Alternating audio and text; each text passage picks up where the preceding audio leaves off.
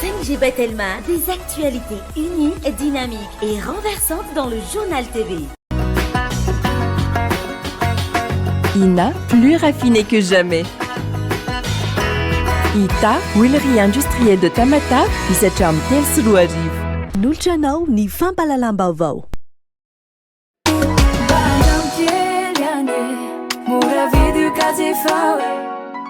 Nolotra anao ny fampalalam-baovao. Pour les fêtes, Batimax amène la magie chez vous. Passez de joyeuses fêtes avec Batimax. Batimax, la qualité au meilleur prix. Nolotra anao ny fampalalam-baovao.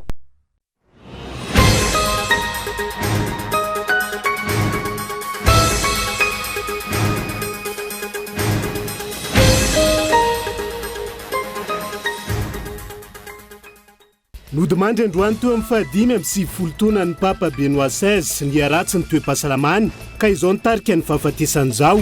Naharitra hatramin'ny farany nanetry teny ary fiainana feno an'Andriamanitra no niainany teto an-tany. Ho ny fivondrona be ny eveka raha nanentana ny kristianina rehetra iombom-bavaka anatin'izay. Miandrandra fiainana tsaratsara kokoa ny vahoaka malagasy amin'ny taona vaovao 2024.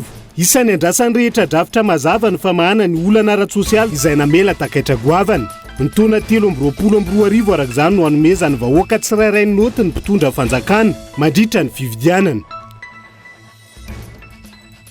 Mbola mitontolona mahakasika ny tsirary mianjady amin'ny vahoaka malagasy ho manan-dafy mahery lanto androany taorian'ny fivoahany ny fonjana Tanimora.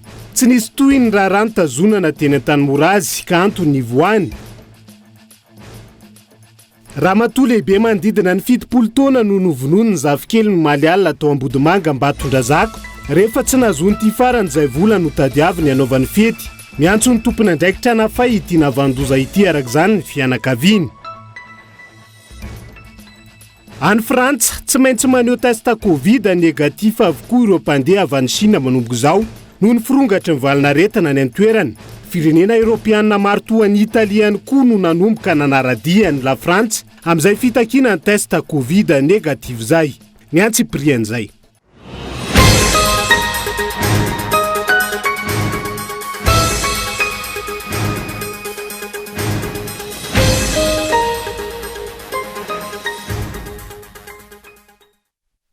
Sabotsy faraika amin'ny 30 ny volana Desambra taona 2024 ankasitrahana trany ianao tonga soa atao anatin'ny fotoanan'ny fampalalam-baovao amin'ity ala ity atena ny arahaba ary arabaina ihany koa sika rehetra nahatratra ny farantaona 2024 ary manasanao anaraka ny fampalalam-baovao hatramin'ny farany amin'izao fetiny farany taona 2024 sy ny fiandrasana ny taona vaovao 2024 izao.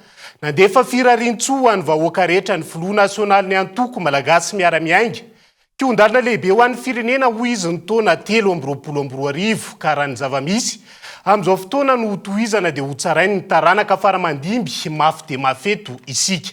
Andao arantsika izay lahateny netiny ao anatin'izay. Ry malagasy avako, notahinjanahary isika ka afaka andray ny taona vaovao 2024 indray.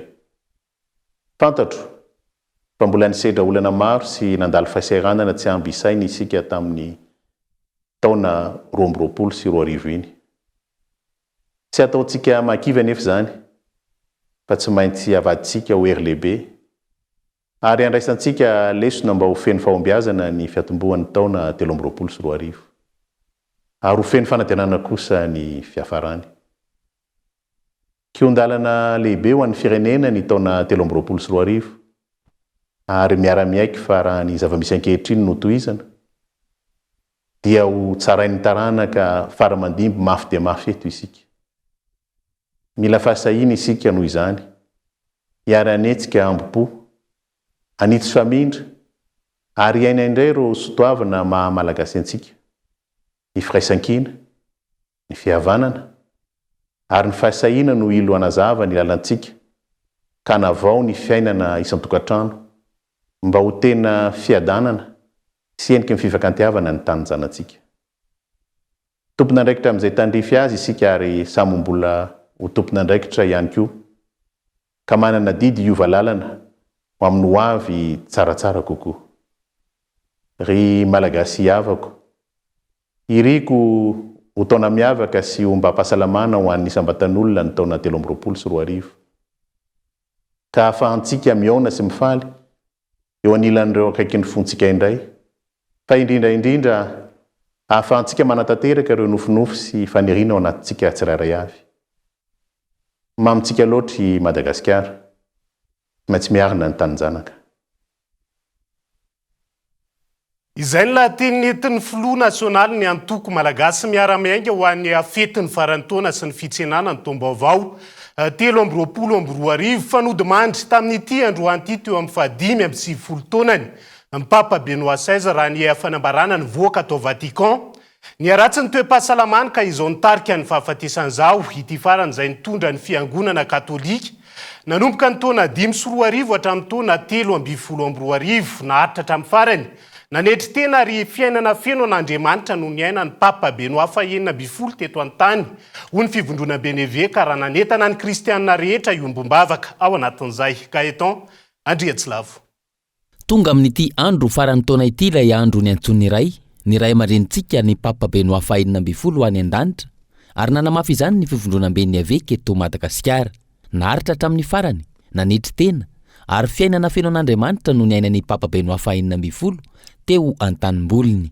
Feno fisaorana ny tompo isika mianakavy, fanomeny vavolombelona matoko ny tompo tao anatin'ny fotoana tena sarotra. Hita amin'ny endriky Papa Benoît XVI ny fiadanan'ny tompo. Matoky azy tompo, na iny kidona na iny kiantra. Efa lehibe izy, no nofidinin'ny tompo hitantana ny Eglise katolika eto an-tany. Midika fa ny mitantana ny Eglise eto an-tany dia tsy ny herim-batan'ny olona, fa ny herin'Andriamanitra niaraka tamin'ity mpanompony feno fanetreny tena ity. Mpanompo feno fanetreny tena lehibe no nanaiky ary nanome ny fiangonana fahafahana ifidy ny Papa andrimby azy mbola velona dia ny Papa François.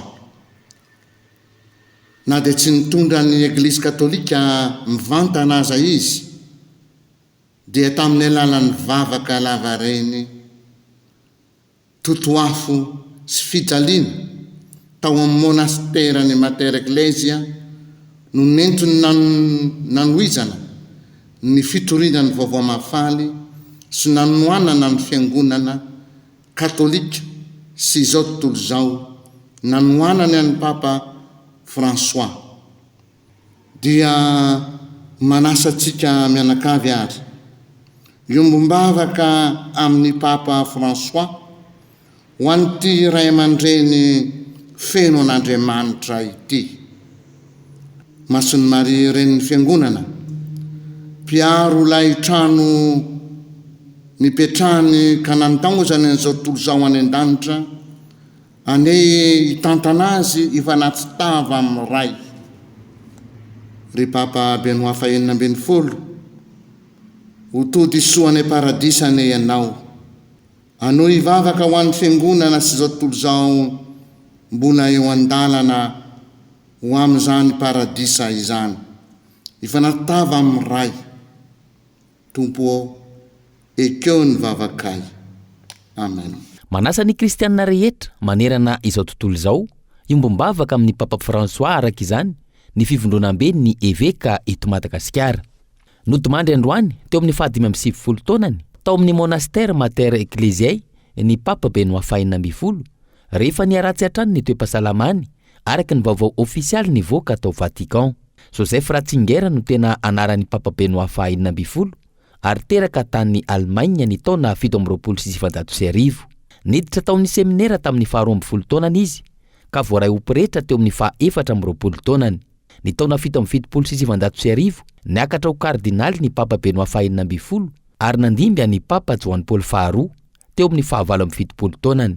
Izany hoe nanomboka ny taona 520 hatramin'ny taona 1320. Nametra-pialana tao anatin'ny fidorana ny fiangonana ny tenany no ny fisiny ny fanambarana nivoaka mikasika ny fanararaotana ranofo natao tamin'ireo ankizy. Fihetsika izay sokajiana ho nanamarika ny tantaran'ny Saint-Siège. Asitrika ny 5 janoary avy izao ao Vatican ny Papa Benoît XIV. Mialohan'izay, misokatra ho an'ny rehetra ny alatsinainy avy izao ny fanomezam-boninahitra azy farany ao amin'ny bazilika ny Saint-Pierre. Fa isan'ny tondra ny teny fankahirezana ho an'ny mpino katolika rehetra maneran-tany sy ireo rehetra nahita soa taminy.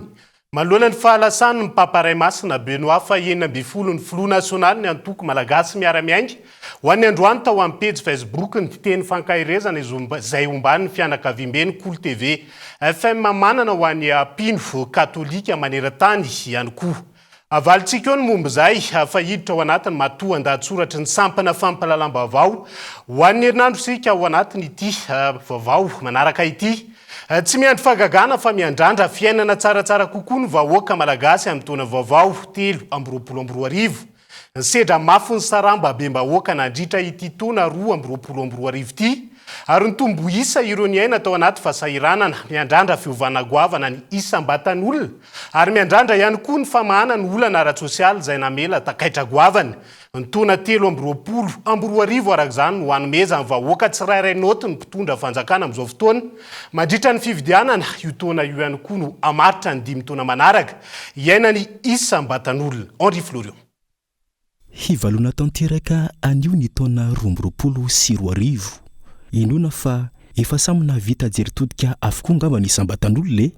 Inona sy antenana ihany koa fa efa niomana amin'ny drafitra amin'ny taona 2024 avokoa ny rehetra. Hanarenana ireo lesoka nisy sy ny maro tsy voatanisa. Mba hanao ahoana tokoa re izay ny vahoaka malagasy tsy vakivolo. Ny araha mahalala ny fahasahiranana isan-karazany izay niseho tamin'ity taona ity, indrindra fa ny lafiny ara-tsosialy sy ny lafiny ara-toe-karena. Tsy azo hodintseta izany rehetra izany fa nahoana nahoana, tsy iverana ary tsy azo iverenena intsony izao taona hivalina izao. Ora sisa no isaina, miatrika ny fety alohan'ny rehetra, fifampiarabana, fifampirarian-tsoa ao anatin'ny fifankatiavana, fitiavana ary fihavanana. Anio, zava-dehibe ny fahaizana mamatika ny tantaram-piainana ratsy ho amin'ny tsaratsara kokoa. Azo atao tsara ny maka fanapahan-kevitra, hampitsahatra ny fanaovana ny lalandrinina.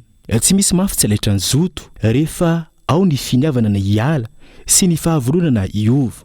Erikerika mahatondradrano ary akanga maro rahateo tsy vakanambo ho ny taolo malagasy. Marina fa tsy moramora amin'ny maha olombelona ny manakantona pejy iray fa samy mamesavisa avokoa ny rehetra. Ny taona 2024 io, taona goavana ho an'ny vahoaka malagasy tsy vakivolo. Taona izay ahafahan'ny tsiraray mitsara ny asa izay nataon'ny mpitondra fanjakana, izay nomeny ny fahefana ny tantana ny firenena tao anatin'ny 5 taona. Koa anjaran'ny tsiraray araka izany no manao ny tombana, nety ve satsia ny fomba fitantanana nisy teto amin'ny tany sy ny firenena.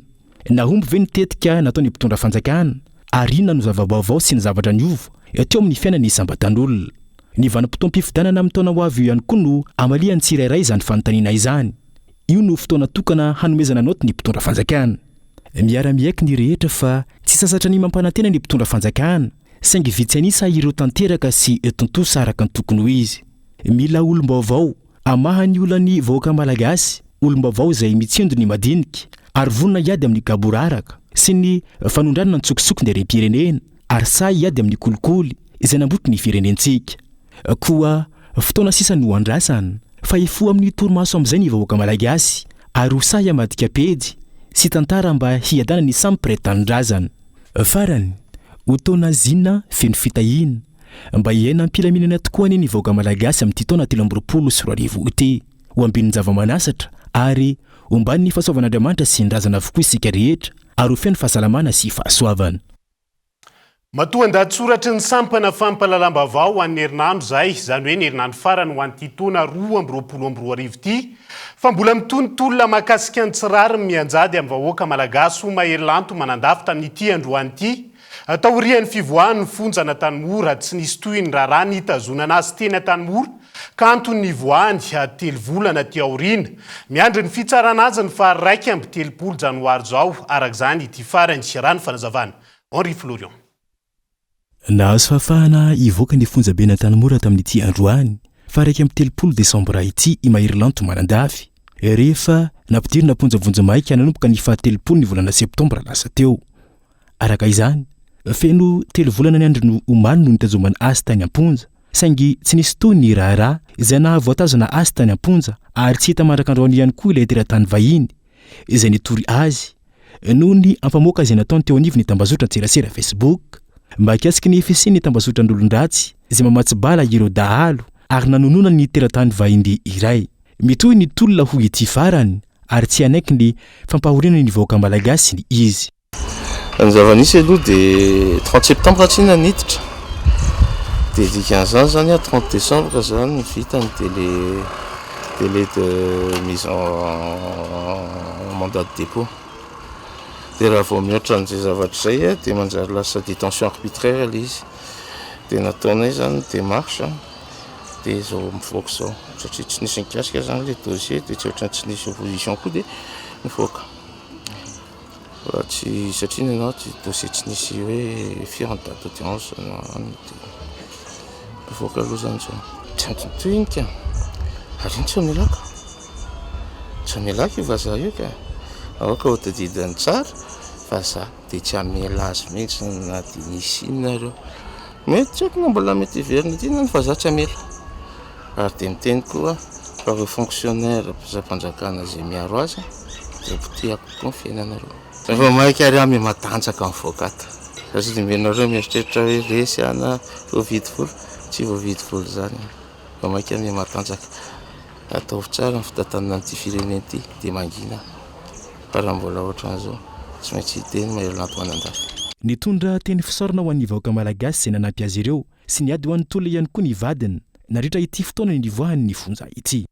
Mangasitraka mangatela tsika rehetrarehetra izay teo foana na nalavitra na nakaiky fitondranareo ambavaka ny adina trehana mipaka taty amponay vady nanampy be tamin'ny hery rehetrarehetra izay natrehana le izy tsy moramora fa herinay mihitsy ny hoe misy anareo mitondra-mbavaka dia ho an'ireny mpianakaviana rehetrarehetra ihany koa indrindrindrindra tiako iantefana misaotra anareo rehetrarehetra amin'ny teny mamy rehetrarehetra teny fankahirezana dia samy manao fety sambatra daholo dia samy mitratry ny rapitsitsika menakavy. Tsy aivina fa ny fanambarana izay nataon'ny Mahelanto manandafy teo anivony tambazotran serasera Facebook mahakasika ny fisian'ny tambazotran'olon-dratsy izay mamatsy bala ireo dahalo ary nanonona ny teratany vahiny iray no antony nitazomana azy amponja vonja maika iny. Andrasana araka izany mety toy ny raharaha amin'ny faha 30 janoary ho avy izao izay daty tokony hiakakany eo anivony fitsarana. Rariny raha mitontolona ho manandafy Mahelanto anatin'izay satria raha ny lafin'ny fitantanana ny firenena sy ny sosialim-bahoaka no asiana tombany. Ny kororosofana ny fiainam-bahoaka nandritra ny taona 2024 raha atao bangy tokana ny lafin'ny sosialy. Ho ny mpamakafaka politika Constant Ravelson fanjakan'ny fampanantenana no misy eto amintsika ary tsy manana drafitra mazava entina mahana ny olana vahoaka mpitondra raha ny fanazavany. Farana androany ny taona 2024 raha ny lafin'ny ara-politika no resahana efa taona izay no nitondrany ny filoha Andrajoel ary 7 volana eo sisa no hitantanany ny firenena raha toka mbola irotsaka ho fidina izy amin'ny fifidianana filoham-pirenena amin'ny taona 2024 eo. Raha nitondra taketra goavana ny valinaritana COVID-19 tamin'ny taona 2024 betsaka no ny andrandra fa hihatsara kokoa ny sosialim-bahoaka amin'ity taona 2024 eny. Raha toka niverina milona ny fiainan'ny mponina rehefa tsy nisy intsony ny fepetra ara-pahasalamana niadina tamin'ny COVID-19. Mifanohitra amin'izany ankilan'ny zava-nisy ary niarahany rehetra rehetra sy nahalala fa nitomboisa ireo vahoaka sahirana. Manapirofo izany ny tarehimarika izay navoaka ny banky iraisam-pirenena farany teo fa manodidina ny 20% ny malagasy no mahantra. Raha niresaka ara-sosialy manokana no resahana tsy nisy fivoarana na fahatsarana teto amintsika ho ny mpamakafaka ara-politika Constant Ravelson. Miba ny fiainam-bahoaka ary tsy manana planina mazava ny fitondram-panjakana entina mahana ny olana ara-sosialy. Fa le tetika tsy misy tena zavatra lehibe rehefa miresaka vary ianao tetika ny mpangolo-karena amin'ny lalam-barotra vary no misy fa tsy tetika hampinambary ny vahoaka, tsy tetika hampisondrotra ny vokabary eto amintsika, tsy izay ny tetika. Izy zao mampanantena zavatra makadiry be mihitsy vahinao nge tsy afaka hanao zavatra makadiry be ohatran'izany raha tsy matanjaka amin'ny fanjakanao, matanjaka ara-bola, matanjaka ara-bahoaka, zany hoe ny vahoaka de vonona hanao an'izany. Zany navitany era-tany rehetrarehetra ary teo amin'ny tantara ny tany amin'ny taonjato maro tany mahavita zavatra goavana sy makadiry. Le tiako ambareto zany de hoe any amin'le tetika, le stratégie ataon'le mpitondra no resaka stratégie amarena ny fiainatsarany le fiainan'ny anina de hanangana université etsy université roa ny ato anefa ny aty firinao ny mitakiborza. Zary lasa fampanantenana fotsiny ihany no ataony mpitondra fanjakana ankehitriny raha ny fanazavana hatrany fa tsy nisy tetika mazava ny zavatra atao. No heveriny afa ny manontonona zavatra manaitaitra ny sain'ny olona no zay ny atao hoe mitondra. Izy hita taratra mihitsy fa ny fomba ny agence de publicité no tena no raisiny nataon'ny fomba ny fitondrana. Izy moa to mampioba ny enao fa ty amin'ny farany mandahanao va mamoaka zavatra isan-karazany hoe anao lalana ray alina kilometre, anao autoroute, anao zany hoe le dokam-barotra foana no heveriny fa aina sy herin'ny fitondram-panjakana. Le dokam-barotra fa ny farany a de io ataon'ny ministre ny fiarovana io hoe zay tsy mety matoritory amin'izany a de eto zay miaramila vonona ny vonona mitotovotobazy. Zay zany mandeha zany ny dokam-barotra de manaraka ato ny veliko bay. Zay zao ny ohatran'ny hoe fizotran'ny zavatra io. Nampikaikaika ny vahoaka ny fahalafosan'ny vidim-piainana indrindra fa taorian'ny fakaran'ny vidin-tsolika tamin'ny volana Jolay lasa teo. Ankilany tsy mifanaraka amin'ny fahefa-mividin'ny mponina ny fisontrotra nizy. Mitombo isa isan'andro ihany koa araka izany ireo tsy manan-kialofana ary maro ihany koa ireo tsy hanasa vokatry ny fahasahiranana izay. Makafakara politika sy mpanaraka akaiky ny raharaham-pireneny nitondra ny fanehoan-keviny iny fa raha ny feon'ny vahoaka no andao enona dia tona mafy ho an'ny vahoaka malagasy indrindra teo amin'ny lafiny ara-tsosialy ny tona 2020 ny aina tao anaty fahasahiranana lalina indrindra manoloana ny fiakaran'ny vidim-piainana. Ny ankamaroany ary very fanambola velona ny maro tao anatin'izay noho tsy fisian'ny politika mazava roso ny fitondram-panjakana ny ijeren'ny fanjakana izay olana ara-tsosialy mivaivay izay araka izany no antenaina sy andrasan'ny maro ny taona 2020 ny lahy Ranevson. Ny taraina tamin'ny fiakaran'ny vidim-piainana tamin'ny taona 2020 avokoa ny vahoaka malagasy, maro ihany koa fa ireo veriasy, saika ny aina tao anatin'ny fahasairanana avokoa ny vahoaka manerana ny nosy. Amin'izao faran'ny taona izao, ny fanatsarana ny lafiny ara-tsosialy no isan'ny nandrasan'ny vahoaka malagasy amin'ny taona 2020 io. Resaka sosialim-bahoaka kosa aloha tsisy raha izay tsy nikaikaiky angamba le vahoaka malagasy mihitsy amin'izao. Eritrereto indraindray izay mandeha ny anosy be zao dia mahita an'ilay mpanara-maso mividiny entana reny hitako mihitsy dia asorony zareo ilay taratasy kely dia raha vao lasa ireny dia averiny an'izay prix tiany anaovana azy eo ilay izy nefa dia eny anosy be izany zavatra izany satria za matetika miantsena eny. Dia ohatrany hoe mila tsoa-zaka izany ilay fiainana kosa fa tokony mila mandinika kely ilay fitondram-panjakana fa mijaly ilay vahoaka. Miova ny mpitondra mety nanantena fiovana na izana ianao isika mianakavy dia zay zany hoe tsy mahita fiovana aloha tsy tady zato isan-jato fa mba hoe jery tena akaiky zany ny fiainam-bahoaka satria tena mafy ny entin'ny vahoaka indrindrandrindra ho an'ireo tena hoe fa misy tsy mety any koa any ary androany fa dia miafy fotsiny hoe efa izay zany ny fiainana dia izay. Dia izay zany angaty tena fiovana eto amin'ny tany zany sy ny fanjakana zany mba hoe mba moramora vidim-piaina fa hitako tena mafimafy aloha ny tamin'ity taona ity.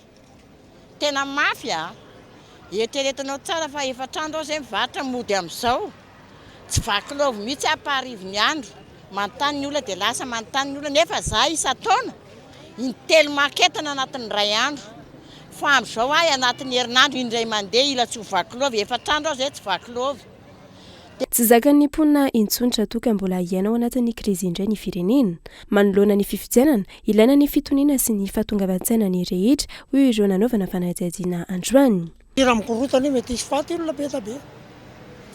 Dia aloha zany ny fifidianana mba ilamina satria zay olany ihany tsy mety lazy zay tian'ny olona ka io misy an'izany hoe ianona na ianiny fa zay tian'ny olona ihany zany tsy mety hoe lany eo fa tsisy andehan'izany hoe mety zao na zao.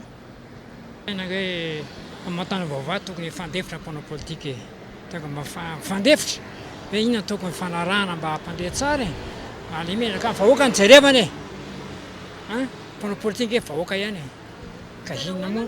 Mila mijery vahaolana maritra ny fanjakana amin'ny fiakarany vidim-piainana manerana ny nosy. Mila vahaolana mazava ihany koa ny mponina manoloana ny tsy fisian'ny S, ny tsy fandriam-pahalemana, ny fanatsarana ny fandraisana tanana ireo marary ary indrindra ny fananana mpitondra sy atompona andraikitra modely amin'ny fanarahan-dalàna.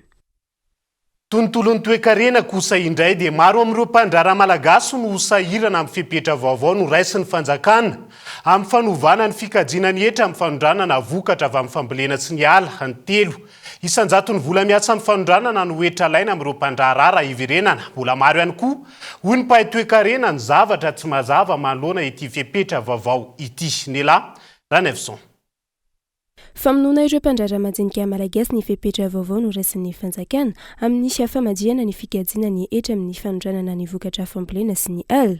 Raha izay ivana, tsy roapolo isanjato ny tombom-barotra azo amin'ny fanondranana ireo vokatra fambolena sy ala ny hetra takiana fa 3 isanjato ny vola miasa. Fipetra izay efa noraisina sy lany tao anatin'ny teti-bola mpanjakana 324,000. Ampiakatra ny vola hiditra ao anatin'ny kitapo-bola mpanjakana no tanjon'ny fanjakana amin'ny fametrahana ny hetra hiditra ho 3 isanjato amin'ny fanondranana vokatra fambolena sy ny ala raha ny fanazavana. Izy marina tokoa fa hoe ho avy zany ny fifidianana ty taona 324,000 ity. Dia ao anatin'izay fepitaona izay zany miezaka zany ny fanjakana mampiakatra ny vola ny hetra samihafa. Fa diso eny izy ao anatin'le approche hoentiny satria araky ny teneniko hoe teorika be daholo le resahany satria marina fa ny orinasa ngeza mety anao foana izy ny exportation satria izy misy client foana zany enjehany tsy na ny ivelany fa le ataontsika hoe mpandrara kelikely ny mikenda amin'io ary le mpandrara kelikely resahako aloha zany mpandrara malagasy ho ana opérateur kely gasy eny mety créer perte mihitsy le izy satria le gasy eny sovaly miantobile izy eny tsy manao emprunt bancaire matetika ny gasy rehefa manao opération fa sovaly miantobile.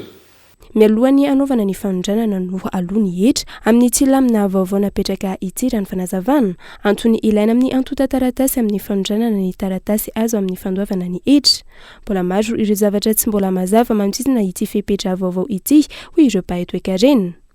Tandremo fa na bénéficiaire zany le orinasa na déficitaire le orinasa au moment zany le opération d'exportation tsy fantatrao raha hoe quel le client ny qualité en produit d'exportation anao. Or déjà amty vao iainga zany le entana de efa tsy maintsy aloha basé am'le chiffre d'affaires io le ataontsika hoe les produits exportenao io tonga de aloha union ny hetra ny impôt sur le revenu zany misoratra anatin'ny lalàna raha ohatra ve misy valeur ajoutée ve zany hoe misy fanamboarana natao tamin'le ataontsika hoe le voly aondrana makany ivelany raha misy fanamboarana ve de tafiditra foana ve izy amin'io impôt sur le revenu 3% sur le chiffre d'affaires io so makary am'le impôt sur le revenu 20% sur le bénéfice zay zany mbola tsy mazava. Ny lavan'ilona no efa fantatra fa efa voakasika amin'ity fipetra ity. Mbola tsy nivoaka kosa ireo vokatra fambolena iarany ity hetra 3 isanjato ity. Dia izay ihany koa no hoentintsika misendo vetivety anaty doka fohy ny voafonja ao taolany avo izay mivangongo zaka ny foto-dravitra sanajoro amin'izao fotoan'izao eo ihany koa ny fiovahan'ny endriky ny fety sy ny fifaliana amin'ny mariazy eto amintsika manoloana ny fahasarotany fiainana ankehitriny ary farany fitiny kabaran'ny filoha izay ezahana hoentina aminao eto ihany rehefa avy eo mandrapitafa vetivety ary.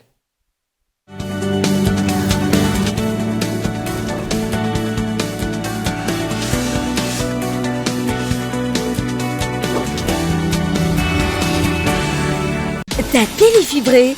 Voilà un vrai cadeau de Noël. En ce moment, abonne-toi à la fibre. Telma t'offre la box Telma TV, plus 3 mois d'abonnement à tes chaînes préférées en top qualité. Ça, c'est Dual Play. C'est à partir de 149 milliards TTC par mois. Rends-toi en Telma Shop. Telma, safidiko numéro 1 malagasy. Ina dia vita amin'ny soja voafantina mba hampatsiro ireo karazan-tsakafo karakarainao. Ny menaka Ina dia ahitana oméga 3 sy oméga 6 ary ara-pahasalamana no notrikaina entin'ny soja. Ina ilay menaka manome tsirony nahandronao isan'andro.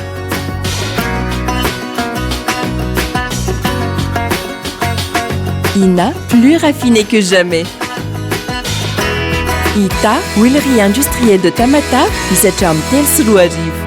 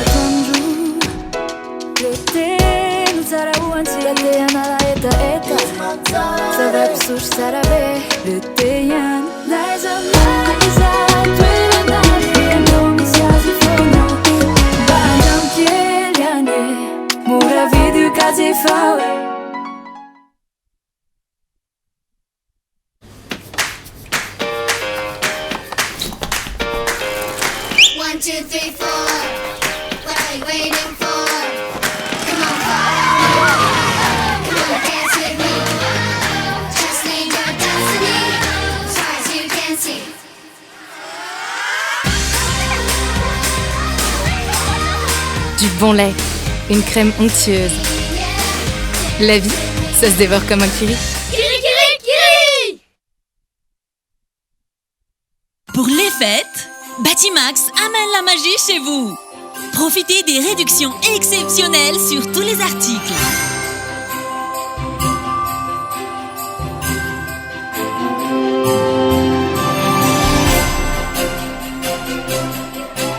Offre valable jusqu'au 15 janvier. Passez de joyeuses fêtes avec Batimax. Batimax, la qualité au meilleur prix.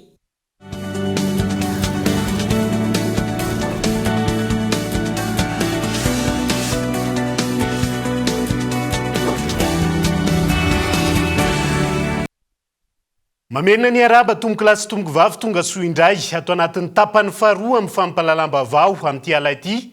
Avy hatrany dia hiazo any commune ambony vohidry Betafo sika nokafana an'izay tapany faharoa ny fampalalam-bavao zay. Afatrosa tanteraka ny commune ambony vohidry Betafo amin'izao fotoana tamin'ny fanefana ny karamandro-piasa izay efa mambolana maro no tsy voalofo noho ny gaboraraka nataony mpitantana teo aloha. Raha ny loharanom-bavao avy amin'ny fiadidiana ny tanàna ankehitriny voaloha avokoa. Ny karamam-piasa ny commune izay efa natratra 6 volana. Tsy vita nazo karama ireo piasa tao anatin'izay. Nisy ny fanomezana avy amin'ny ben'ny tanàna entin'ireo piasa hiatrehana ny fety ny faran'ny taona. Kolo Antsirabe. Anisan'ireo commune mibavitrosa tao anatin'ny volana maromaro ny commune ambony vohidry Betafo atao anatin'ny fatrifakina karatra. Ankehitriny dia vaovany olana ho ny ben'ny tanàna raha toka karama 6 volana ny tsy voaloha tamin'ny gaboraraka nataony mpitantana teo aloha. Tamin'ny alalan'ny volan'ny commune Madedio no nezahana nanefana izany na dia teo aza ny subvention avy amin'ny fitondram-panjakana. Eo ihany koa ireo fotodrafitrasa tontsena izay natsangana eto Betafo dia efa andalana ny fanohizana ny asa ary anaovany ben'ny tanàna Antsoava amin'ireo malala-tanana ny fanohizana izany mba ho tombotsoa an'ireo vahoaka. Tena nanao redressement commune fifaliana milaza aminareo fa afatrosa ny commune nay amin'ny resaka karamam-piasa. Hatreto aloha tonga ny décembre 2022 dia voaloha ny karama ny décembre 2022 tsy manatrosa tsony ny commune nay. Tsisy afa subvention na 30 millions d'ariary no menko ny commune ny fanjakana nay fa tena ressource propre le izy. Ankoatran'izay be dia be ny asa natao. Profitanareo zao. Ty nefa tsy volan'ny commune satria ny commune mbola fisaratrosa fa tena izany nanao an'ity tsy volan'ny commune tsy avana fitondram-panjakana foibe fa tena volako manokana raha misy afaka manampy moa tsika na député io na ministre io na olomba fitotsotra io sénateur na présidence dia apio fanasoma raika poka aza menareo ana anaovaka an'ty avoaka ny Betafo dia ataoko tsy ho anaty ary indrindra tsy ho an'ny zanako fa tena ho an'ny vahoaka. Plan d'urbanisme indroa nangataka plan d'urbanisme directive manana référence en dossier fa tsy misy hatramin'izao. Ary izay ny antony niteko avoaka ny Betafo hoe maharetatsika fa manatentsika fa mbola ana fampandrosoana any arina any. Maro ireo sakana lehibe ho afampandrosoana ny commune Ambonivohitra Betafo hoatrany ny ben'ny tanàna toy ny tsy vidifikevitra eo amin'ny samy olom-boafidy ka tsy ahafahan'ny vahoaka misitraka fampandrosoana.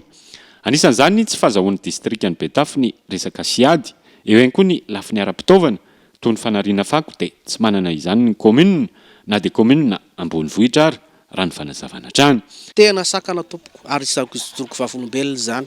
Nampalahelo ny tena tompona andraikitra anankiray izay laza hoe ka nareo miady nareo sy ny anina dia tsy mahasiady. Nalahelo an'iny tsy tokony reny fomba fiteny fa mivahoaka nijereny lasa mivahoakako avenako ny vahoakako lasa otazy amin'izao fotoana izao tsy mba misitraka amin'izay izay mba azo ny vahoaka rehetrarehetra mandeha any amin'ny siady io ndresako fa tsy mba mahazo an'izany commune urbaine Betafo fa fantatra amin'ny vahoaka zany isika vahoaka aza mety rebirebena fa fantatra zany nisy droit tokony ho azontsika fa tsy nahatsika ndratra ny firy-taona manitra tsy mba nahazo ny mitsiny asa noho ny resaka politika ve fa ary misy koa nefa olom-boafidy dia mahazo tombotsoany tsy fahavitako inonina dia manao izay fomba rehetrarehetra ahafahana bloqué commune urbaine ny Betafo ary raha tokony ho izy nisy fako teto raha natadiditsika tena ohatran'ny tendrombohitra tonga teto dia nasorona io tena 10 camion ny vavolombelona zany vaiko eto Betafo eto amin'izao fotoana izao izahana ho fehezina le izy commune urbaine tsika izahay fa zay tsy mba nahazo le camion urbaine napagaga le izy fa fantatra ny vahoaka zany tsy nahazo tsika inona ny antony commune urbaine rehetra nefa nahazo le camion urbaine daholo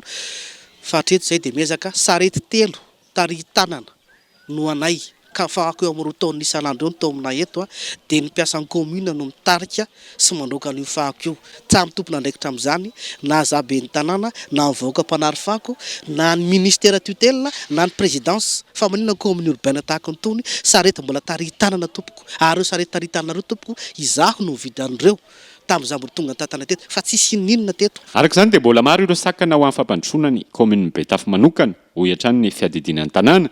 Ary anisany ezaka lehibe ho an'ity taona 2024 ity ny fandoavana tanteraka ny karaman'ireo mpiasa sy ny fanaovana fotodrafitrasa maro ho tombotsoan'ireo vahoaka ary teo ihany koa ny fitsinjovan'ireo mpiasa ka sitraka fanomezana avy amin'ny ben'ny tanàna mba hiatrehana ny fetin'ny faran'ny taona.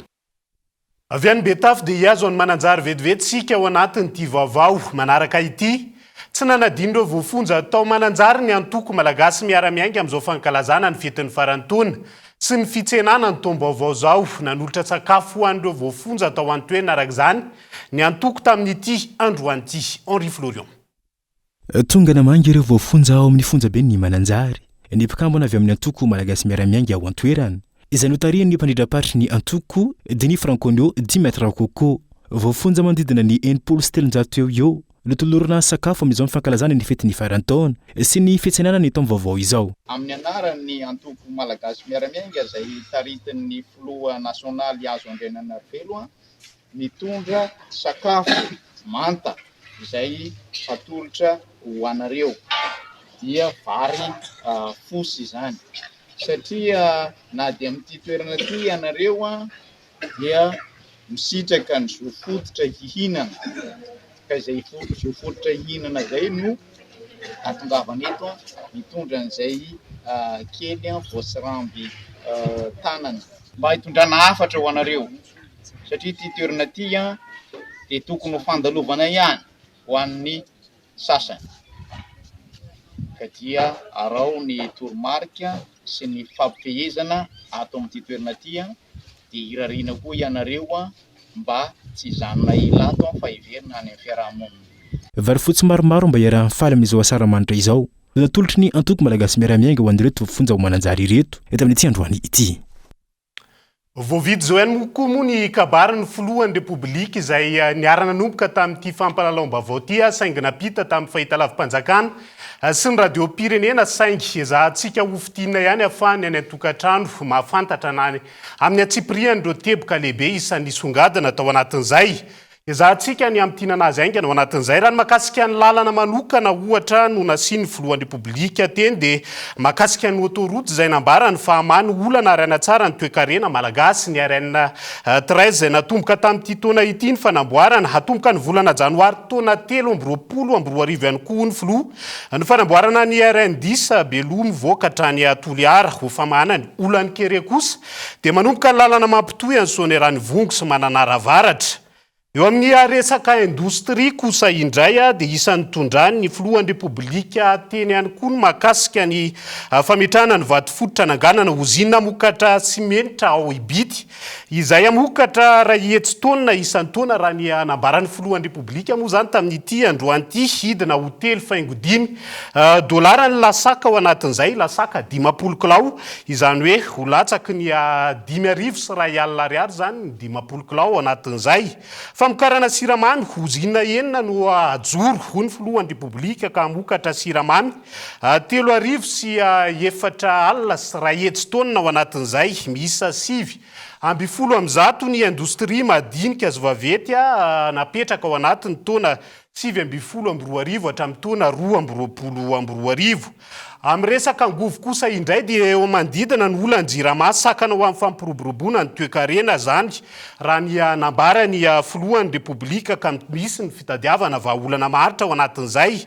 Afainganana ny fampiasana ireo angovo azo avaozana azo avy amin'ny masoandro ny rano sy ny rivotra ihany koa izy ny filoha tamin'ity androany ity ho vita afaka 3 taona ihany koa ny todrano ranomafana izay amokatra 64 megawatt saofika 2,70 megawatt volobe izay atratra 20 megawatt antitezam-bato 20 megawatt ihany koa ny famokarana herinaratra zany ao anatin'izay. Eo amin'ny resaka diplomasia dia isan'ny tondrany ny filohan'ny repoblika teny ihany koa tamin'ity androany ity no resan'ny filoha tao anatin'izay ny fionana tamin'ireo filohan'ny pirenena vahiny maro sy ireo mpiara-miombonantoka sy mpamajo volanisy tamin'ity taona 2020 ity. Tsara ho izy ny fifandraisana amin'izy ireo ary mipetraka moa zany ny fatokisana eo amin'ireo mpiara-miombonantoka arabola sy ara-teknika amin'ny Madagasikara raha nambara ny filoha hatrany.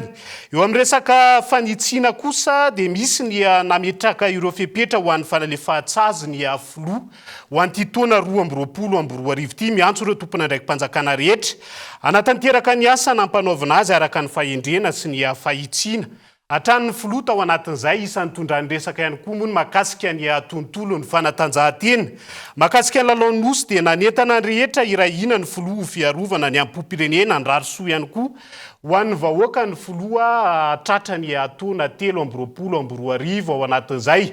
Maro izay fampanantenana nentin'ny filohan'ny repoblika tao anatin'izay kabary ho an'ny androany zay kabary izay tokony fantoka betsaka tao anatin'ny firarintsoa ny fatratrarana ny faran'ny taona 2020 ary ho an'ny fitsenana ny taona 2020 ihany koa fa ho an'ireo ataontsika hoe fampanantenana samy hafa izay niampy indray tamin'ity androany ity dia ho andrasantsika hoe izy amin'ireo indray zany ny anampy an'ireo mbola maro izay mbola mila tanterahana tamin'ireo fampanantenana efa napetraka teo aloha.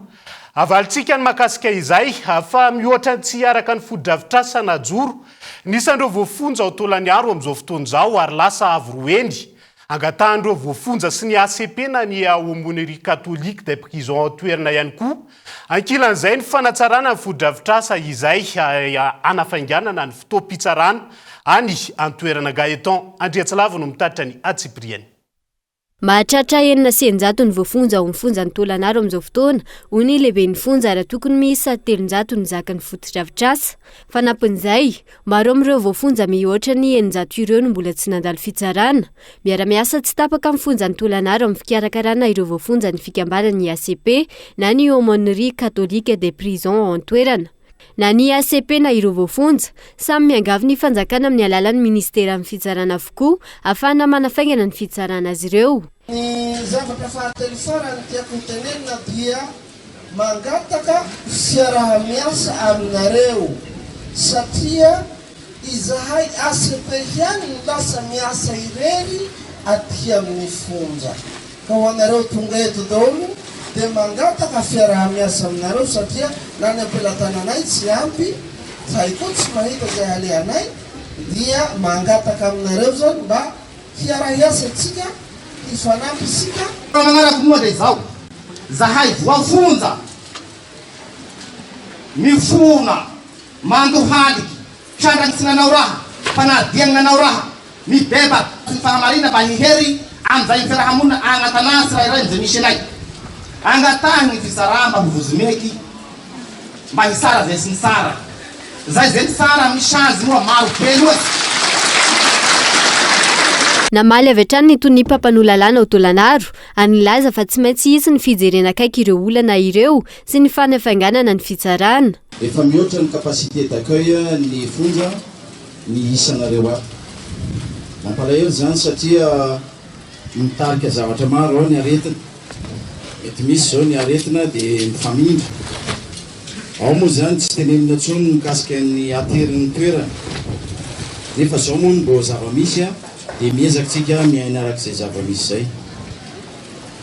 Efa ao anatin'ny programme anay mampitsara anay tompony andraikitreto ny jery ny fanafainganana ny fitsarana ny tonolara mahakasika anareo tony mba ho ny voapanga vo aheloka no betsaka atao amin'ny fontsy ity fa tsy ny olona zay mbola manana ny atao hoe présomption d'innocence zany hoe reo voazona ponja vonjy maiky. Ezaka tsy maintsy ataonay zany satria andraikitra izay ny antony nametrahana anay eto. Mety tsy androany dia vita fa za kosa manome toky fa ezaka zahay satria izay ny manandrify anay ny anatanteraka an'izany. Nandritra ny fionana natao nanararoatra nanotra fanampiana ho an'ireo voafonja ireo tsara sitrapo mpanampy azy ireo indrindra amin'izao fahatongavany asara-manitra izao. Mangataka amin'Andriamanitra hoe mba mewa inona zavatra hoentiko amin'ireo voafonja reo, inona zavatra hoentiko eny amin'ny marary amin'ny toby, inona zavatra hoentiko eny amin'ny zazakamboty satria ny zavatra rehetra zao tsy aviany zay dia averiko foana. Andriamanitra no manome dia izany manome anareo. Isany natolotra tamin'izany ny omby sy vary anaovany ireo voafonja fety ny farantaona sy mitsena ny taona vaovao 2024. Lafomba vaoafa kosa indray dia tsy fisian'ny tanimanga anaovana ny fatanava aminy no antony. Nampiakatra ny vidiny ho 500 ariary eny ampotony amin'izao fotoana raha toa ka 1,000 ariary zany teo aloha.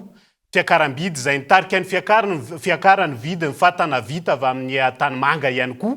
Mandra-patongavany aty Andrenivohitra hotely 1,000 ariary amin'izao fotoana izao. Nila Ranevson. Karazana tanimanga miisa 3 no afangaro vao mahavita ny afatapera vita amin'ny tanimanga raha ny fanajajiana natao. Tanimanga izay manana ny mampiavaka azy fa tsy tanimanga rehetra. Amin'izao fotoana efa manomboka sahirana ireo mpanamboatra fatana vita amin'ny tanimanga amin'ny fitadiavana ny akora. Ny karazana tany afangaro aminazy zany maromaro, misy eo amin'ny 3 karazana eo zany le satria le tanimanga zany le fampiasaina amin'ny fatapera zany tsy mitovy amin'ny fampiasaina siny be na hoe vazim-boninkazo satria ny fatapera zany afo no sahaza anazy. Dia raha vazim-boninkazo izy dia resaka hoe rano zany dia tsy maintsy misy karazana zany le tany mazaka afo. Zay zany mampiasaina rehefa manao an'ilay fatapera. Any anaty tany any ihany zany fa tany moa rehefa dina dia misy karazany eo anatiny eo zany dia fantatra hoe ty le laro-tany fanaovana an'ilay fatapera. Voalohany indrindra aloha zany dia misy tany tena madity be zany alay. Dia manaraka an'izay misy tany ohatran'ny masaikasaika dia misy ohatran'ny vovo-bato. Zay zany ny tany ampiasaina ampiarahana aminazy. Ny akora aloha zany zao ny jerena dia fa zay indrindra mahatonga le miakatra kely le dépense satria somaro mandeha lavidavitra zany zay vao misy fa mitety akaiky zany fa somaro efa lany dia tsy maintsy mifindra toerana zany. Isan'ny mampiakatra ny vidiny ny afatana tanimanga ankehitriny any alavitra ny toerana akana ny akora ilaina amin'ny fanamboarana izany sany fanazavana. Zany ny namarotana fatana 500 arivo. Izao izy zany zao lasa 500 sy arivo. Raha ny tena marina moa zany zao tsy dia solitra le fatana raha ny tena izy fa raha hoe par rapport amin'ny vidim-piainana zany tena azo lazaina hoe mo. Ny natonga azy ny solitra zany amin'ilay resaka dépense karaman'ny maka tanimanga, ny toto satria mbola misy materiel maromaro zany no entina manatanteraka azy dia tsy maintsy niakatra zany le izy. Zany ny tanymanga aloha zany ny voalohany indrindra dia ny materiel entina manatanteraka azy zany a maromaro ohatra hoe apombo tsaik'anapombo kitay kely na bozaka zay zany zao no materiel. Zatoka 500 ariary ny afakana ny afatana any Ampotony efa tafakatra 3 ariary izany rehefa tonga eto Andrenivohitra. Mahitsy zay makany reny dia alaina 5 dia mivarotra 3 efa misy mpanatitra eto isaka sabotsy amin'izao fety zao izy aloha dia hitahitany hoe mba mandeha tsara fa rehefa andavanandro zara fa hoe mba manjaina mba malafolafo kely za. Fa niova endrika ny fety sy ny fifaliana amin'ny mariazy eto amintsika amin'izao fotoana izao vokatry ny fahasarotan'ny fiainana. Ondreny mpianakaviana iray mpikarakara mariazy nandritra ny 7 taona. Ity faran'izay nanasa manokana ka nampiony ireo mpivady vita mariazy noraisiny an-tanana nandritra ny 5 taona farany. Gaeton Andrietsilavo. Mandritra ny andro farany taona tahaka izao, maro ireo mpivady miroso amin'ny fanaovana mariazy. Ny fanaovana mariazy sy ny fanofana ireny espasy isan-karazany ireny izay niova endrika taorian'ny fandalovany valanaretana Covid-19 sy izao fahantrana ateraky ny fiakaran'ny vidim-piainana izao. Maro mazamazana kely ihany ny etrehana ny nandritra ny confinement ka hatramin'izay ka hatramin'izao somary sahirana ny ankizy raha malala le fisontony fiainana dia manao mariazy ny ankizy fa ohatrany hoe miezaka izay mampifaly ny fianakaviana fotsiny fa tsy manao ale grandiose be ireny. Ilaina raha ny fanazavana ny fanokanana fotoana anamafisana indray ny fifankatiavana eo amin'ny mpivady na eo aza ny fahasaranana iainana amin'ny fiainana andavanandro. Nisy araka izany ny fampiatsoana ireo vita mariazy rehetra no karakarain'ity ireny mpianakaviana ity ka nanolorana azy ireo fotoana iray anavaozana ny fifankatiavana. Miezaka hoe anao remariage zany hoe maka mopera, maka pasteur, anamasina anamafy fitiavana. Raha niezaka natao zany mba hoe sato ho avy daholo ny ankizy fa ny akamaroany ohatra hoe ny any amin'ny resaka corps militaire hoe gendarme, police ana consigné daholo zareo dia tsisy tonga. Dia misy ny ankizy any amin'ny faritany, misy efa lasa ny velany ohatr'izany. Dia izay tratra antso sy izay nahita ny tany anatin'ny Facebook no tonga. Tafiditra anatin'ny fankalazana ny 7 taona ny karakarana mariazy nataon'ity renim-pianakaviana ity hetsika nataony androany ity. Noho ny asa manandraikitra sy ny fifindrana toerana, mpivady vita mariazy manodidina ny 100 no tonga namaly ny antso. Na eo aza nefa izay asa manandraikitra izay, ny fahaizana mikolokolo sy manamafy ny fifankatiavana eo amin'ny mpivady no ahafahana mihoatra ireo sakana isan-karazany raha ny fanazavana hatrany. Dia izay ihany koa no hoentintsika miampita ao anatin'ny trangam-piarahamonina tany Ambatondrazaka. Ramatoa lehibe manodidina ny 70 taona no vonoiny ny zafikely omaly alina tao Ambodimanga Ambatondrazaka. Rehefa tsy nahazahoany ity farany izay vola no tadiaviny hanaovana fety miantso ny tompony andraikitra. Anafay ity na havandoza ity arak'izany sy ny fianakaviany. Daniela Mino Arso. Omaly alina, tovolahy 13 taona no namoniny Rembeny tamin'ny fomba feno abibina tao Ambodimanga, komina Andrenivohitra Ambatondrazaka. Ny tsy fahazon'ity lehilahy ity ny vola no tadiaviny nanaovany fety no isany nitarika ny famonoana raha ny fanazavana. Manoloana io miantso ny tompony andraikitra andray tanana ny raharaha ny fianakaviana akaiky ny tiana vandoza ity. Tonga tany za tamin'ny 12 alina rehefa nisy namoa dia tonga tany. Rehefa tonga tany dia nanasaraka anazy. Rehefa nanasaraka anazy nefa dia efa niala izy. Izy niala izy ako nandeha tory dia tsy fantako tsy napotsika io mbola itsikototra iverina zany izy za nandeha nanantsolona izy mitsikototra iverina naka ny lehibebenay no entiny tany aminazy dia tany tompoko nanaovany action namonono ary tsy mba vono olona moramora tompoko avono olona matsa ravina miangavy anareo mpitondra fanjakana za nabaviny tena mba omeny sazy efa saza fazan'izay mafy mihitsy izy fa tena mampalahelo ny zava-nitranga teto aminay teto. Ankilany, fantatra amin'ny fifohana zava-madomelona eo amin'ny tanàna misy azy ihany koa ity tovolahy navandoza ity, ka io no heverina ho isana tonga azy navita izao von'olona izao raha nambarany fokon'olona. Foka mihitsy fa tena mifoka mihitsy aloha izy. Sady ohatra romotra zany mihitsy izy tamin'izay nanantona anazy zany dia ohatra le romotra topony tena. Tsy topony tena mihitsy zany izy. Amin'izao famaranana ny taona sy fitsenana ny taona vaovao izao, maro ireo aloha zasitranga miseho ety sy roa ho fisorohana izany, tokony ho miala trano ny tsirairay.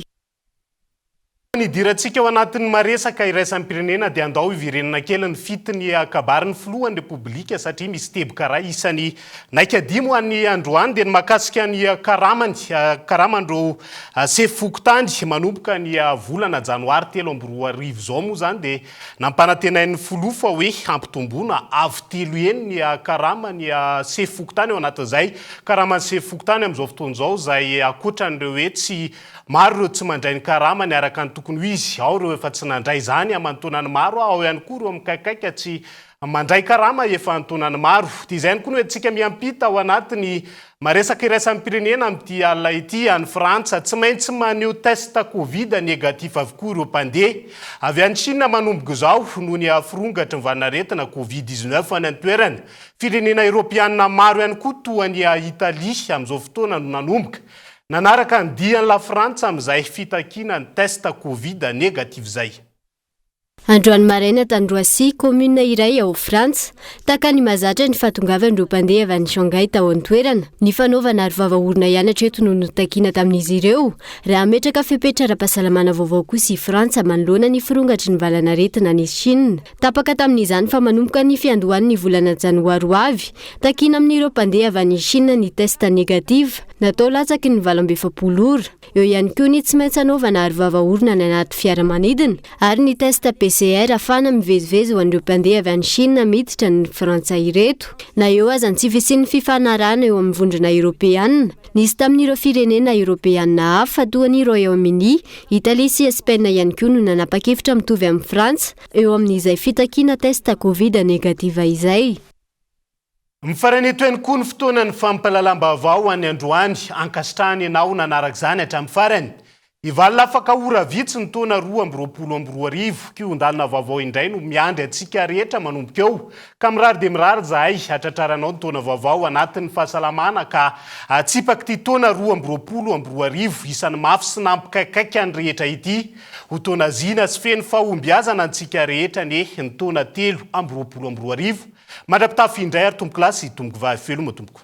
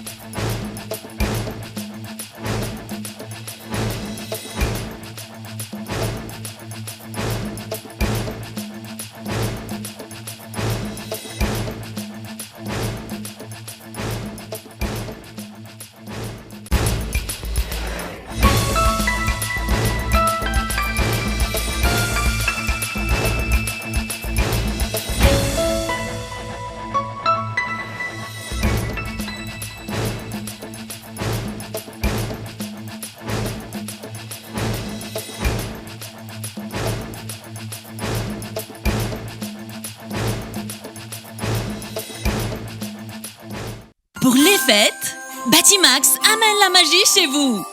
Passez de joyeuses fêtes avec Batimax. Batimax, la qualité au meilleur prix. Vous a présenté Nivava.